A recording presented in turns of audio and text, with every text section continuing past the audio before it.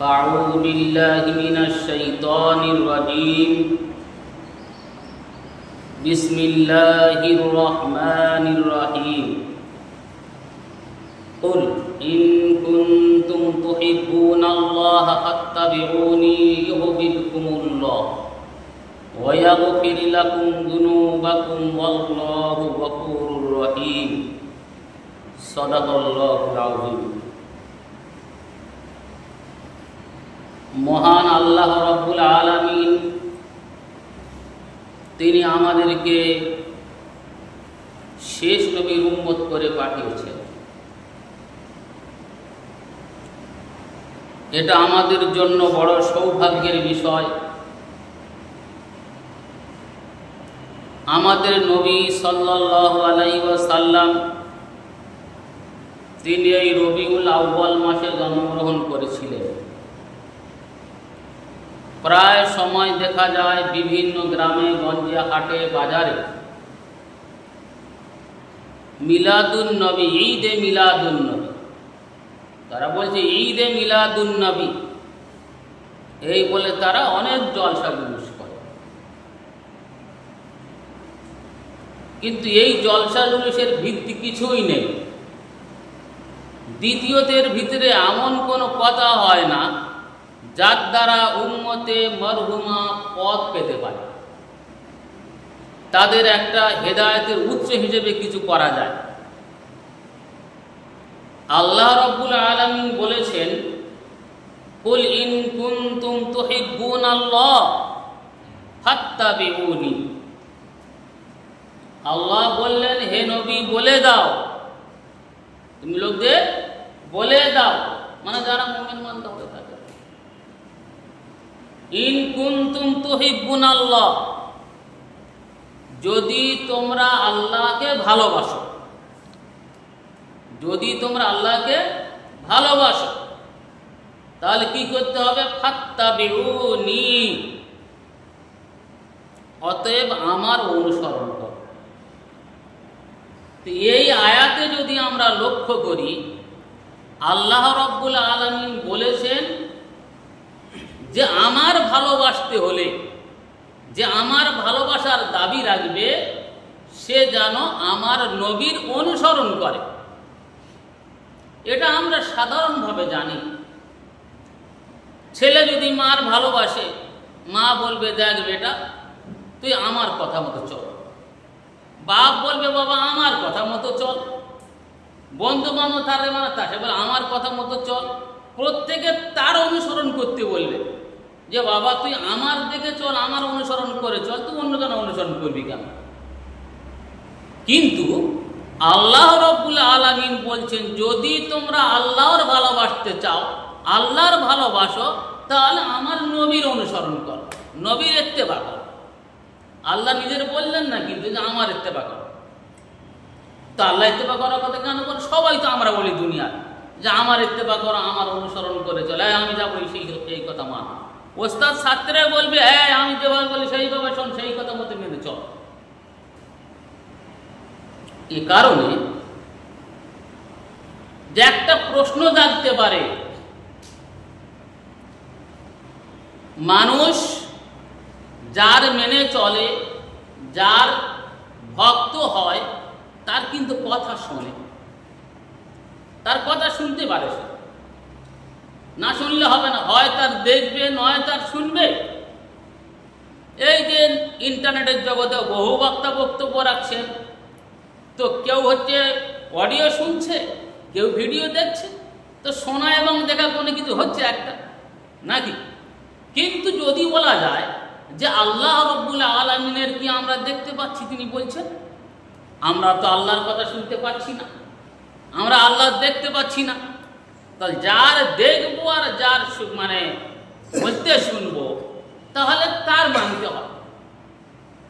তাহলে আমাদের তো দেখাও নেই, শোনাও নেই। আল্লাহ রাব্বুল আলামিন বললেন যে একটা কাজ করো, তোমরা আমার নবীর অনুসরণ করো, নবীর ইত্তেবা করো। কেন? উম্মত নবীর দেখছে, উম্মত নবীর কথা শুনছে, নবী আল্লাহর দেখছেন, নবী আল্লাহর কথা শুনছেন। তাহলে উম্মত যদি নবীর মানে তো সে আল্লাহর মেনে চলবে। মানে আতাআনি ফাকাদ আতা আল্লাহ, যদি কেউ নবী বলছে যদি আমার মানে আমার ইত্তেবা করে সে আল্লাহর ইত্তেবা করলো। তার অর্থ হলো এটাই যে আমি উম্মতি আমাকে দেখছে, আমি আল্লাহর দেখছি। উম্মতি আমার কথা শুনছে, আমি আল্লাহর কথা শুনছি।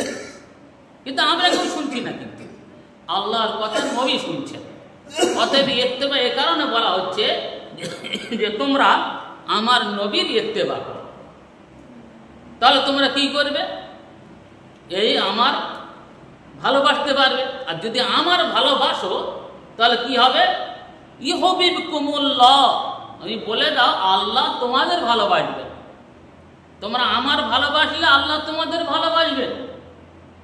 যদি কেউ আল্লাহর নবীর চূড়ান্ত পর্যায়ে মহব্বত করে সে আল্লাহর মহব্বত করবে। যদি কেউ সাহাবাদের মহব্বত করে নবীর মহব্বতের কারণে সাহাবাদের মহব্বত করবে। কিন্তু যদি কেউ নবীর বিরোধিতা সাহাবাদের বিরোধিতা করে সে নবীর বিরোধিতার কারণে সাহাবাদের বিরোধিতা করবে। যদি কেউ নবীর বিরোধিতা করে আল্লাহর বিরোধিতা করার কারণে নবীর বিরোধিতা করবে। তাহলে বোঝা গেল যে আল্লাহ রাব্বুল আলামিন বলছেন তোমরা আমার নবীর ইত্তেবা করো। এখন এই ইত্তেবা করতে গিয়ে দেখা যাচ্ছে বিভ্রান্তির বেড়া জালে আমরাই। কি বিভ্রান্তির বেড়া জালে? এখন একটা প্রশ্ন জাগে যে আল্লাহ নবী আল্লাহকে দেখেছেন, যেটা আমি বললাম। এখন কেউ পূর্ণ করতে পারে তো যে বাবা তোমার কথা তো ঠিক হলো না, তুমি প্রমাণ দেখাও যে হ্যাঁ আল্লাহ নবী আল্লাহকে দেখেছেন, সেটা প্রমাণ তো দেখাতে হবে। এখন আমি যদি বলি হাদিস শরীফে রয়েছে যে নবী সাল্লাল্লাহু আলাইহি সাল্লাম আল্লাহকে দেখেছেন, কদান আরা মুহাম্মাদুন রাব্বাহু, মুহাম্মদ তার আল্লাহকে দেখেছেন। এবারে প্রশ্ন জাগবে যে তোমার এই কথা যদি হয় তাহলে আল্লাহ তো দেখা যায় না। কোরআন বলছে লা তুদরিকুল আবসার ওয়া হুয়া ইদরিকুল আবসার, চোখ আল্লাহকে দেখতে পারে না বরং আল্লাহকে দেখে। তার মানে তোমরা তাকে দেখতে পারো না কিন্তু আল্লাহ তোমাদের দেখেন। তাহলে কোরআনের এই আয়াতে বোঝা যাচ্ছে যে নবী আল্লাহকে দেখেননি। আর এখানে বলা হচ্ছে ইন্না মুহাম্মাদান কদ রাআ রাব্বাহু, নিশ্চয় মুহাম্মদ তার আল্লাহকে দেখেছেন। ইবনে আব্বাস রানু রিয়াদ করছেন। এবারে প্রশ্ন এই জায়গায় চোখের দোষ। কি চোখের দোষ? আমরা যদি কোনো জিনিস দেখি, কেউ দেখছে একটা জিনিস দুটো, কেউ দেখছে ওটা হলুদ, কেউ দেখছে স্বাভাবিক অবস্থায়, তার রোগের কারণে দেখে। তাহলে এর জন্য যেতে হবে কার কাছে? ডাক্তারের কাছে যেতে হবে নাকি? আবার যদি দেখা যায় যে অন্য কোনো ব্যাপার যদি হয় তো ইঞ্জিনিয়ারের কাছে যেতে হবে। তাহলে যারা ওই ব্যাপারে অভিজ্ঞ তাদের কাছে যেতে হবে। কোরআন এবং হাদিসের সংঘর্ষ কখনো হতে পারে না। কখনো আল্লাহ নবীর হাদিস কোরআনের সঙ্গে সংঘর্ষশীল হয় না, বরং আমাদের ভুল বোঝাবুঝি আসে এই জায়গায় যে ওটা এরকম হলো কেন, এটা এই বলেছে কেন, এটা হয় না। তাহলে হওয়া দরকার কি? আজকের আমাদের এই সমাজে সব কিছু জালি হয়ে গেছে। জালি আলেম, জালি বক্তা, জালি পীর, সব জালি। জালি নেতা, জালি মন্ত্রী, জালি এমএলএ, জালি পুলিশ অফিসার, সব জালি, সব ধান্দাবাজির মধ্যে পড়ে গেছে। তো আমরা এটা বলছি না যে যারা সঠিক আছে তাদের মানি না, বরং যারা জাল নকল মাল, যারা কেউ পুলিশ অফিসার ছেড়ে গিয়ে চাঁদা তুলছে, ধরে ফেলা হলো, বললে রে তো জালি, জালি পুলিশ অফিসার, কেউ জালি টিটি হয়ে আসছে। তো যারা জালি মাল তাদেরকে কিন্তু আমরা মানি না। তাহলে এটা দেখতে গেলে, এর ব্যাখ্যা জানতে গেলে সেই রকম উপযুক্ত লোকের কাছে যেতে হবে, সে তোমার দেখাবে এটা এই। এখন তো খুব সমস্যা, প্রায় জিনিসটার ভেতরে ভেজাল ঢুকে গেছে। আলেম ওলামা তারা জানুক আর না জানুক, সমাজে বক্তব্য রাখছে, লোকে বলে বড় আলেম, বিশাল আলেম বক্তৃতা করছে, কিন্তু সে একটা জালি বক্তা। নবুয়তের দাবি করেছে, মুসাইলামা কাযযাব নবুয়তের দাবি করেছে, গোলাম আহমদ কাদিয়ানী। তাহলে আমরা নবুয়তকে আমরা অস্বীকার করি না, নবীকে অস্বীকার করি না, কিন্তু জালি নবীকে আমরা মানি। তাহলে যারা জালি তাদের মানা যাবে না। এই আয়াতের সুষ্ঠু ব্যাখ্যা জানতে গেলে তাদের কাছে যেতে হবে যারা সঠিক ব্যাখ্যা দিতে পারবে। অনুরূপভাবে দেখুন জালি পীর সাহেব, আমার খুবই ইচ্ছা যে এই ব্যাপারে কয়েকটা ভিডিও করব, পীর সাহেব জালি কিভাবে হয় আর কেন সেটা। আজকের প্রসঙ্গে যাবো না, জালি ও পীর সাহেব। তাই সে জালি পীর সাহেবের যদি আমি যা বুঝতে পারি তার অনুসরণ করব না, তাহলে আমাদের মানতে গেলে কার মানতে হবে? নবীর মানতে হবে। নবী আল্লাহকে দেখেছেন, আমরা বাস বিশ্বাস করি। এবারে প্রশ্ন জাগবে যে তুমি যে বলছো নবী আল্লাহকে দেখেছেন, তো কি করে বলে বোঝাও, তুমি কেন বললে নবী আল্লাহকে দেখেছেন? এই তো কোরআন বলছে যে আল্লাহ তোমরা দেখতে পারো না, কারণ আল্লাহ তোমাদের দেখেন। তাহলে এক কথাতে বোঝা যাচ্ছে হবে না। আচ্ছা, একটা প্রশ্ন আমি করি, ঘুমিয়ে ঘুমিয়ে একটা লোক দেখলো আকাশে উঠেছে, কিসে দেখতে পারে?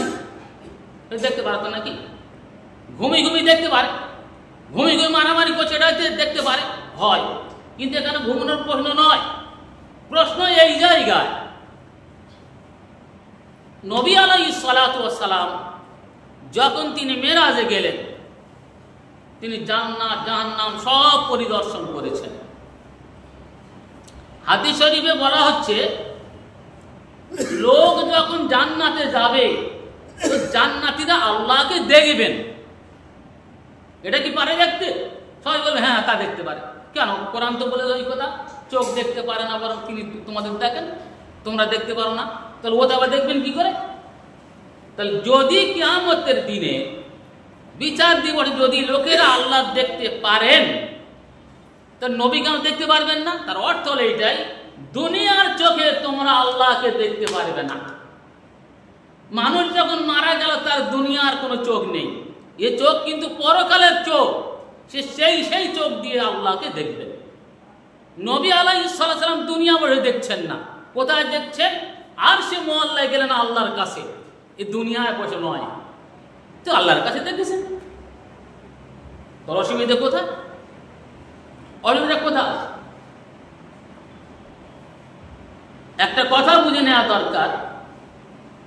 আমাদের কাছে একটা কথা বেশি সময় আসে যে বুখারী শরীফের হাদিস খুব সহিহ আর মুসলিম শরীফের হাদিস, কিন্তু এ কথা নয় যে যত সহিহ হাদিস আছে সব সহিহ হাদিস বুখারী এনেছে আর সব সহিহ মুসলিমের, যে কথাটা না। ওরা যতটা পেরেছেন কিছু নেছেন। এমন বহু হাদিস আছেন যেগুলো ইমাম বুখারীর হয়তো নজরে আসেনি, ইমাম মুসলিমের নজরে আসেনি। এ ব্যাপারে ইমাম হাকিম আল মুস্তাদরাক আলা সহিহাইন বলে কিতাব লিখেছেন। আল মুস্তাদরাক আলা সহিহাইন, তার মানে বুখারীর যে শর্তে বুখারী হাদিস নেন সেই শর্ত তাতেও পাওয়া যাচ্ছে, কিন্তু বুখারী সে হাদিস নেননি।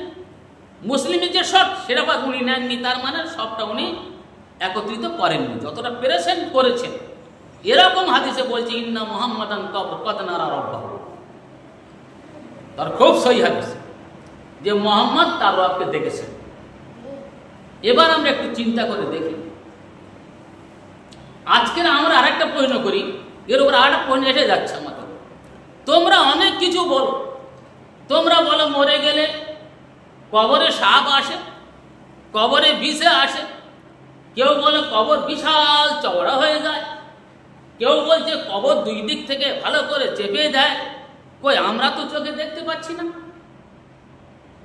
কবর খুলে রেখে যদি দেওয়া যায়, দিনটা যদি বসে দেখা যায়, তো কবর কি চেপে ধরবে?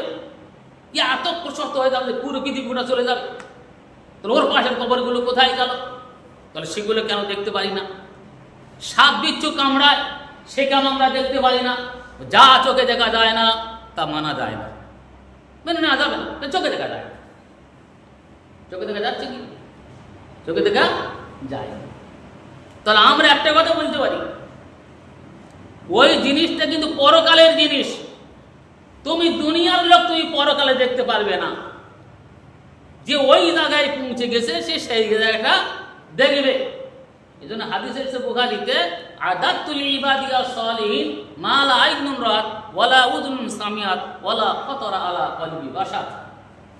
যে আমি আমার বান্দাদের জন্য, মানে কার কোন বান্দা? সৎ বান্দাদের জন্য এমন জিনিস তৈরি করে রেখেছি, মা লা আইনুন রাত, কোনো চোখ তা দেখেনি, ওয়ালা উযুনুন সামিআত, কোনো কান তা শোনেনি, ওয়ালা খাতারা আলা কলবি বাশার, কোনো মানুষ তা কল্পনা করতে পারে না। নবী বলছেন এই কথা। তাহলে বোঝা গেল এটা দুনিয়ার ব্যাপার নয়, এটা পরকালের ব্যাপার। একটু উল্টে জবাব দেওয়া যাক। আমরা যে খাদ্য খাই, এ খাদ্য কি হয়? আমরা তো বলি আমাদের শরীরে শক্তি সঞ্চয় করবে। কিছু খাদ্য আছে সেগুলো শরীরে গিয়ে কি হবে? বলছে লোহা তৈরি হয়ে যায়। কিছু খাদ্য আছে চুন হয়, কিছু খাদ্য আছে চিনি হয়, ইত্যাদি ইত্যাদি। যদি কোনো ডাক্তারে বলা যায়, কই তোমার রক্ত দেখি, তুমি চুন বের করো, দিন দেখি, একটা চুন বিক্রি করো, বের করো ওখান থেকে, লোহা বের করো। কেউ সোনা আছে মানুষের শরীরে, সোনা বের করো, কই মানে আর কি বের করো দিন দেখি। তখন ডাক্তার কি বলবে? আরে ভাই, আর ওতে আছে কিন্তু বের করে দেখানো যায় না। কেন দেখাতে পারবে না? তোমরা তো বলছো ওর সুগার হয়েছে, সুগারটা তুই বের করে দে রক্ত থেকে। ও মানে একটা সুগার বের করে দুধ থেকে, পৃথিবীর কেউ পারবে না। তার মানে ওটা একটা বিভিন্নভাবে দেখে যন্ত্র এইভাবে এটা থাকতে পারে, আসে। কিন্তু আসে বলে এরা দেখতে পাচ্ছে, কথাটা নয় ওরা বের করে দেবে, এটা পার্থক্য করে দেবে। তো তুমি দুনিয়ার সামান্য একটা জিনিস না পার্থক্য করতে পারো, তো তুমি ওখানকার খবর নিচ্ছ কি করে? পরকাল খবরটা পার্থক্য করে দাও, ওখানটা কি করে দেখা যায়, কি করে দেখা যায় না। তাহলে বোঝা গেল যে আমাদের এই যে অবান্তর প্রশ্ন, এই প্রশ্নগুলো কখনো মেনে নেওয়া যাবে না। সেজন্য বলছিলাম যে নবী আলাইহিস সালাতু ওয়াস সালাম যে আমাদের কাছে যে দ্বীন ইসলাম এনেছেন, এই ব্যাপারে আমাদের চিন্তা ভাবনা করতে হবে, আমাদের করণীয় কি। আল্লাহ তাই বলেছেন যে যদি তোমরা আল্লাহকে ভালোবাসো, তার নবী বলো যে তোমরা আমার ইত্তেবা করো। ইত্তেবা তাবিউন বা তাবিআতুন থেকে এসছে। তাবি বা তাবিয়া বলা হয় ছোট কোনো জন্তু, ছোট বাচ্চাদের, জন্তুর ছোট বাচ্চাকে তাবিয়া বলা হয়। আমি প্রথমে একটা উদাহরণ দেবো জন্তু দিয়ে, আর মানুষদের উদাহরণ দেবো। এখন যদি দেখা যায় একটা ছাগল যাচ্ছে, ছাগলের পিছনে তার 2-4টে বাচ্চা আছে, তারা যে দুধ খেয়ে খেয়ে যাচ্ছে। তার মা কখনো ডান দিকে, কখনো বাম দিকে, কখনো ধান খেতে, কখনো আবার অন্য জায়গায় যাচ্ছে। তো ওই যে ওর বাচ্চারা, ওরা কি পিছনে দাঁড়িয়ে থাকে, মা কোথায় যাচ্ছে প্রশ্ন করবো, কেন যাচ্ছে ওদিকে, কেন যায়নি এইদিকে, আমরা কেন যাবো, বলে কি? সে তাবিয়া, সে ওর ইত্তেবা করে চলেছে। মা যেদিকে যাবে আমরা সেই দিকে যাব। এই যে কল্যাণ আমাদের, দাঁড়িয়ে থাকা কল্যাণ নয়, কল্যাণটা এইদিকে। মা তাবিয়া, ওর ইত্তেবা করেছে ওর মা, তো সে সেই দিকে যাচ্ছে। কিন্তু সে প্রশ্ন করে না, কেন? সে জানে যে আমার মা যেটা করছে সেটা ভালোর জন্যে, যেটা আমরা বুঝতে পারছি। তো একটা লোক যখন তাবিয়া হবে, নবীর ইত্তেবা করবে, নবী যা বলছেন বিনা দেখে, বিনা কৈফিয়ত আমি সেটা মেনে নেব, এর নাম হলো ঈমান, আর এর নাম হলো ইত্তেবা। তাহলে তুমি কিন্তু হবে ফাত্তাবিহু বিকুমুল্লাহ। যদি এরকম কেউ করতে পারে, নবী বলেছেন এ কথা মেনে নিলাম, হক। নবী করেছেন, করতে বলেছেন, হক। তাহলে দেখা যাবে এ কিন্তু নবীর অনুসারী হয়ে গেল, ইত্তেবা করলো। তাহলে ইউহিব্বুকুমুল্লাহ, আল্লাহ তোমাদের ভালোবাসবেন। নবী আলাইহিস সালাতু ওয়াস সালাম মিরাজে গেলেন, ফিরে আসলেন অল্প সময়ের মধ্যে। আবু জাহল শুনল, আরে মোহাম্মদ বলে কি যে আমি এই মেরাজে গিয়েছি, এই করেছি, ওই করে, যেখানে এসেছি, কথাকে মেনে নেওয়া যায়? বিবেক বলে কার ওই কথাটা? বিবেক বলে এ মেনে নেওয়া যাবে না। আবু বকরের কাছে বললো, আবু বকর আমি নিঃসন্দেহ মানি। নবী মুহাম্মদ যেটা বলেছে ওটা একেবারে হক, ও নিঃসন্দেহে গিয়েছে, বিন্দু মাত্র সন্দেহ নেই। আল্লাহ নবী আবু বকরকে বলেছেন, আবু বকর তুমি তো দেখোনি, তুমি মানলে কেন? আবু বকর বলে, ইয়া রাসূলুল্লাহ আপনিই বলেছেন, আপনি একেবারে হক কথা বলেছেন, এর মধ্যে বিন্দু মাত্র সন্দেহ নেই। ওনার নাম দেওয়া হলো সিদ্দিক। আবু বকর সত্যবাদী। তার অর্থ হলো এই দাঁড়ালো যে নবীর বিনা কৈফিয়াতে চুঁচেরা করে নবীর যদি অনুসরণ করে চলে তাহলে কিন্তু ইউহিব্বুকুমুল্লাহ, আল্লাহ তাদের কি করবেন? তোমাদের ভালো লাগবে। তো এই ক্ষেত্রে আর বলা যাবে না এর যুক্তি দেখিয়ে দাও, কেন এটা হলো, কেন ওটা হয়নি, এদিকে কেন বলেছিল ওদিকে কেন বলেনি, এ বলা যাবে না। এর নাম তাবিয়াত অর্থ হলো না। একেবারে না দেখে যা বলে সে কথা সঠিক সেইটা বিশ্বাস করতে হবে। আমি সব লোকের বলি, কে কার বাপ, প্রত্যেকের বাপ আছে, তো ওই লোকটা তার বাপ সে প্রমাণ দিতে পারবে কি?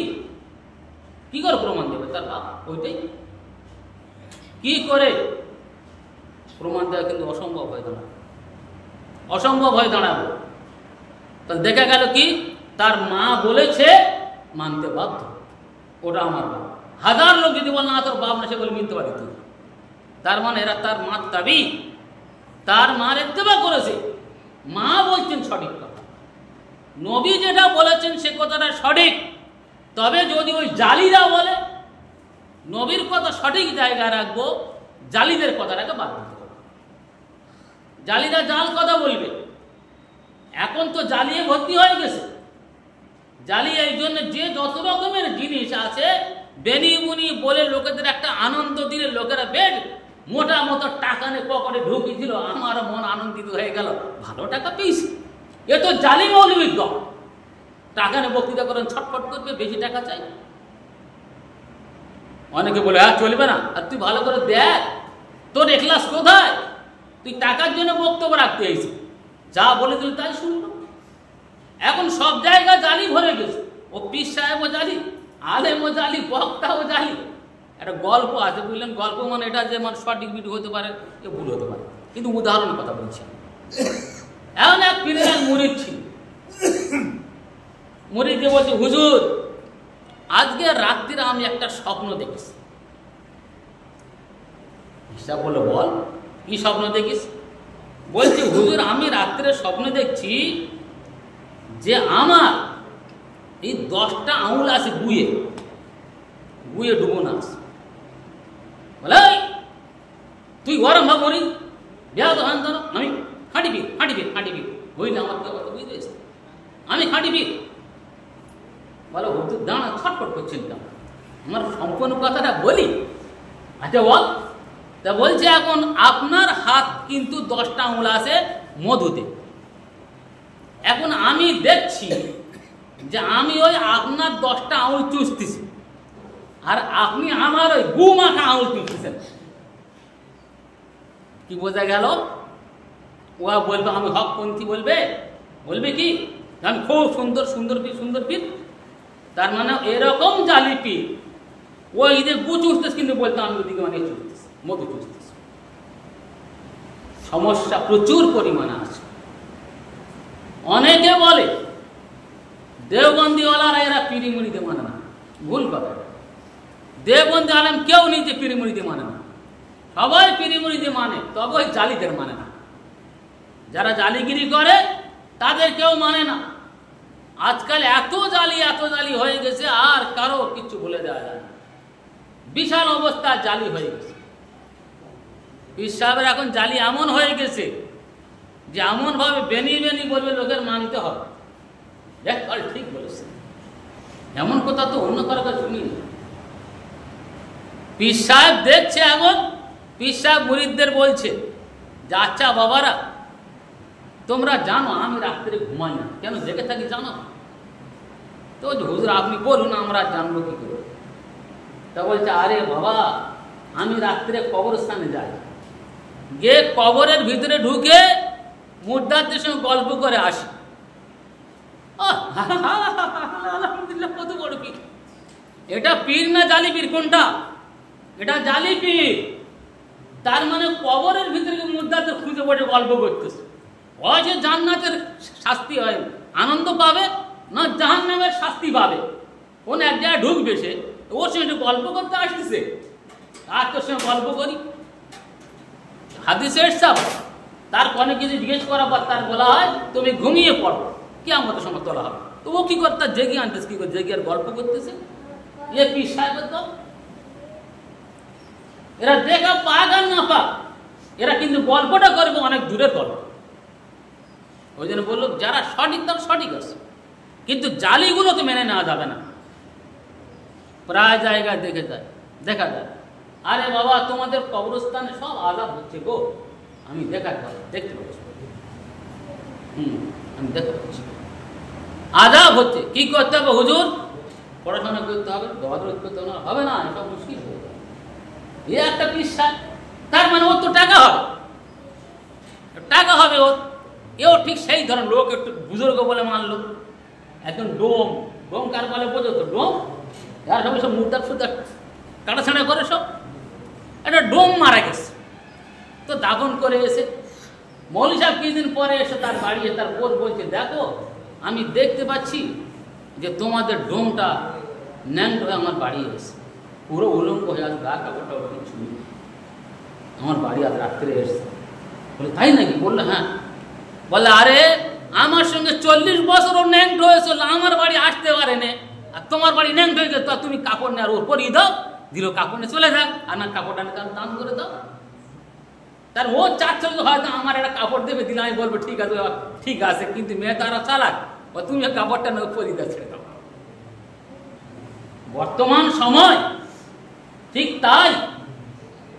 সত্যি কথা বলতে গেলে কি এখন খাঁটি পীর খুঁজে পাওয়া খুব মুশকিল, খাঁটি আলেম খুঁজে পাওয়া খুব মুশকিল, খাঁটি ভালো লোক খুঁজে পাওয়া খুব মুশকিল।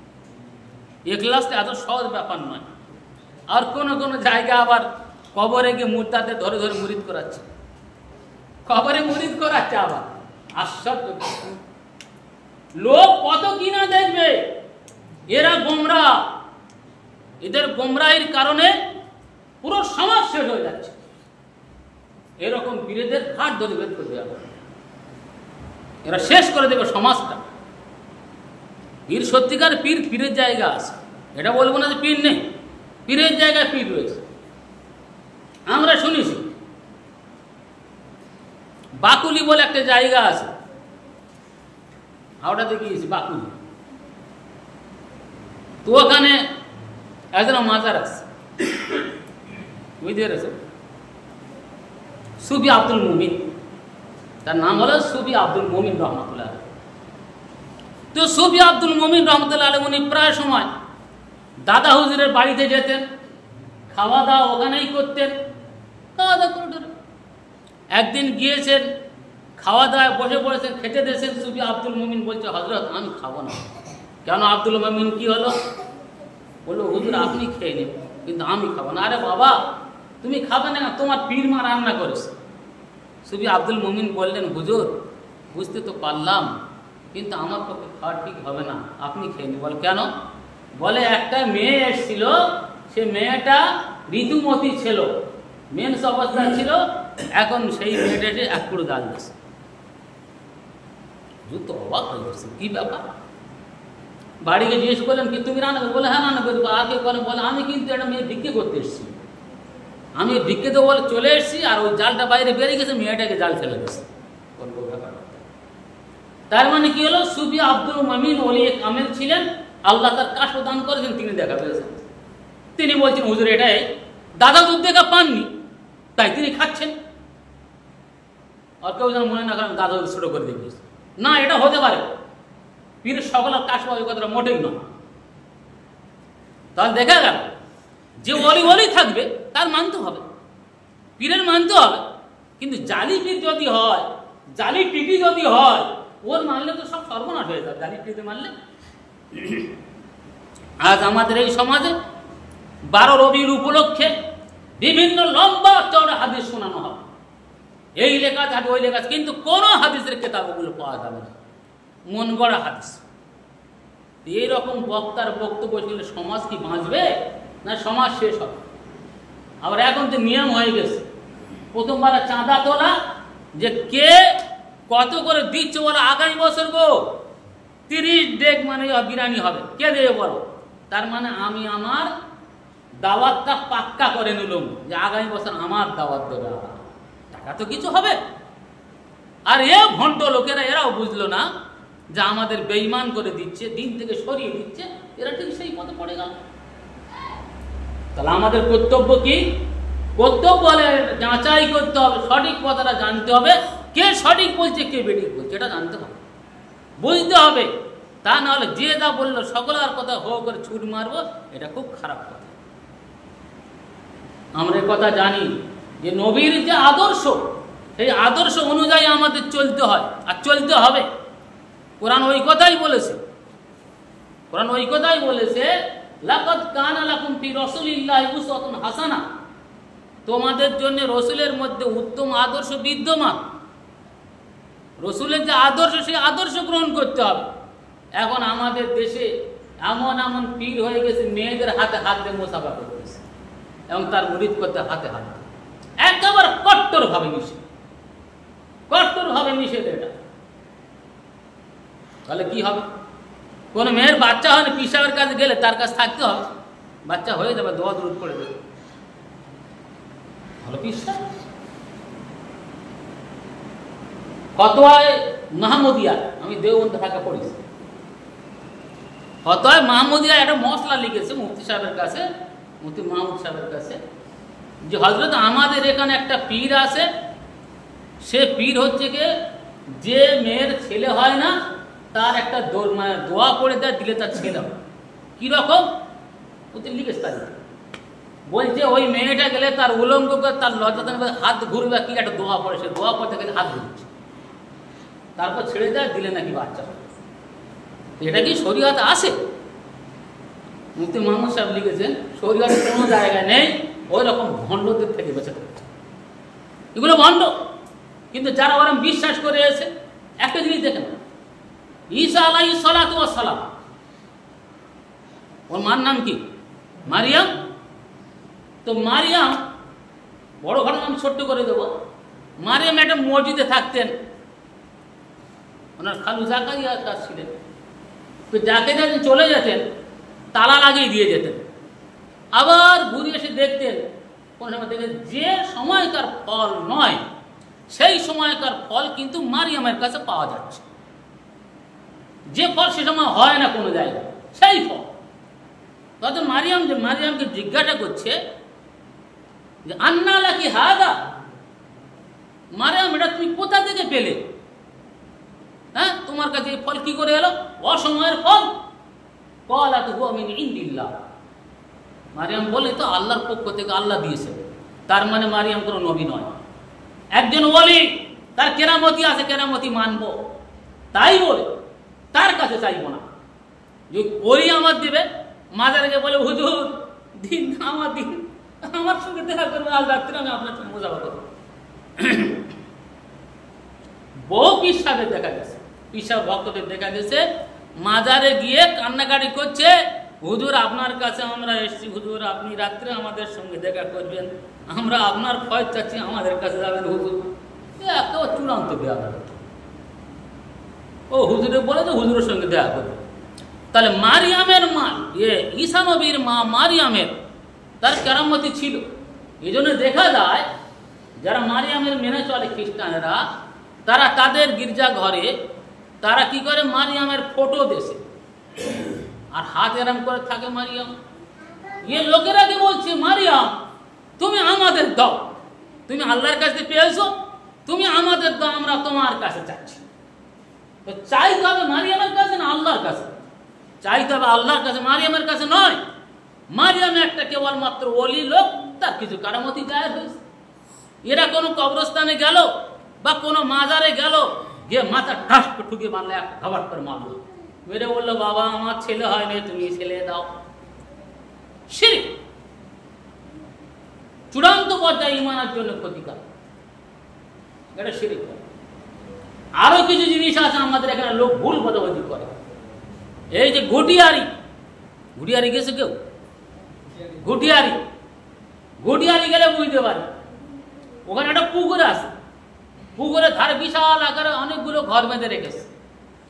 দূর দূরান্ত থেকে মেয়েরা যাবে, যাদের ছেলেপুলে হয় না, আগে তো ফুল ভাসায়, কিন্তু ছেলেপুলে যাদের হয় না ওই ঘরে থাকতে, আলাদা ঘরে থাকতে হবে। একজন বাবা আসবে, বাবা ছেলে দেবে, বাবা এসে বাবা ছেলে তৈরি করে দেবে।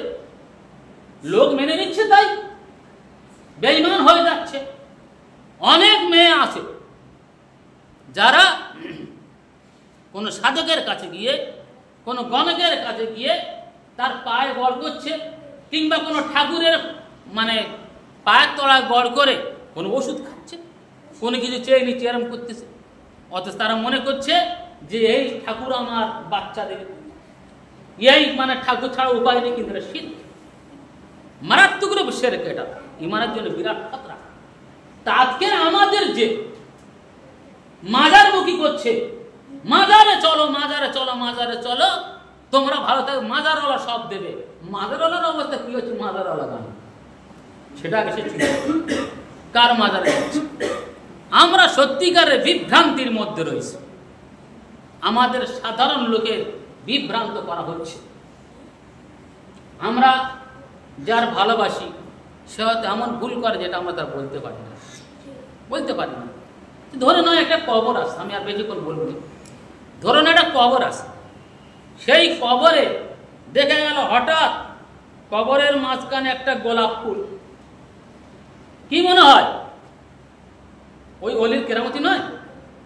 ওর কেরামতি তো নাই, কারণ কবরের মাঝখানে গোলাপ ফুল কেন? কিন্তু যদি দেখা যায় আমি সেখানে বসিয়ে দিয়ে এসেছি, ফুলটা দিয়ে এসে এখন আমি দেখাচ্ছি, দেখুন এই তো কবরের উপরে গোলাপ ফুল, দেখতে পাচ্ছ না বাবা? গোলাপ ফুল আমাদের এলাকায় আছে, কবরের উপরে গোলাপ ফুল ফুটেছে, দেখবেন ভালো। এইরকম ভাবে দেখা যায় একটা জামানা ছিল, যে জামানার লোকেরা চলছে পালন করতো। চলছে মানে কি, মরে গেলে 40 দিনে তার রূপ বেরিয়ে গেল। মৌলভী সাহেবদের দাওয়াত করতো, ঘর তখন সব মাটির, ঘরে কয় দেবে, দিয়ে তার উপরে একেবারে আটা ছড়িয়ে দেবে। দেওয়ার পরে কি করে, হুজুর ও ইমাম সাহেব কি বলে আদের পড়তে চলছে যাবে। ঠিক আছে, ঠিক আছে। ইমাম সাহেব কোরআন একটা সাথে করে নিয়ে ভিতরে ঢুকলো, তুই উনি যাই পারে পড়ুন না কেন, যেরকম জানতো সেরকম পড়তো। পড়ার পরে আলোটা নিভিয়ে দেবে, সবাই চুপ হয়ে গেল।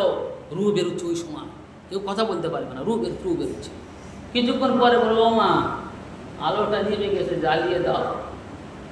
এবারে জ্বালিয়ে দিয়ে দেখলো হয় কোনো পোকা যাবে না ইঁদুর যাবে, জায়গা একটু যাবে।